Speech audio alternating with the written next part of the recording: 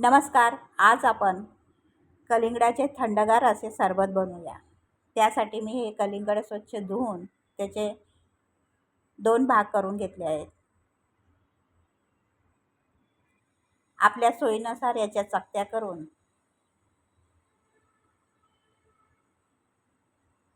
त्याचे जाड साल काढून घेऊया.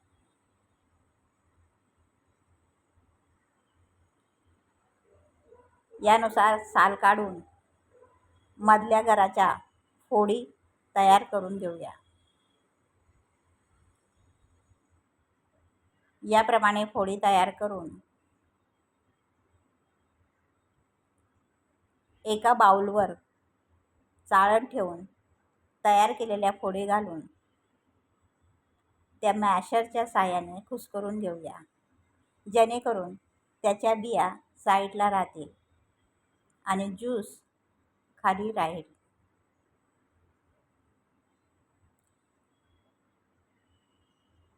यानुसार ज्यूस तयार करून 10-12 पुदिन्याची पानं बारीक चिरून घेऊया.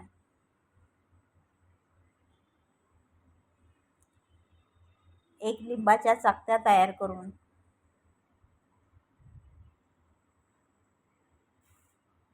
सजावटीसाठी हे तयार करून घेऊया. दुसरीकडे मी इकडे एक लिंबू पिळून त्याचा ज्यूस तयार करून घेतला आहे. ग्लासमध्ये बर्फाचे काही तुकडे घालून बारीक चिरलेला पुदिना घालावा. 1 चमचाभर लिंबू रस, 1 चमचाभर साखर, चिमूटभर काळी मिरी पावडर,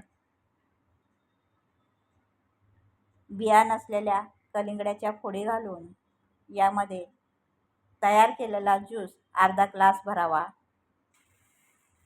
किंचित मीठ घालून स्प्राईट ओतून ग्लास पूर्ण भरून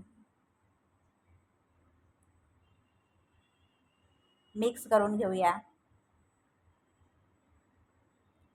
लिंबू आणि कलिंगड्याच्या फोडीने ग्लास सजवून सर्व करूया. थंडगार असे कलिंगडाचे सरबत तयार करून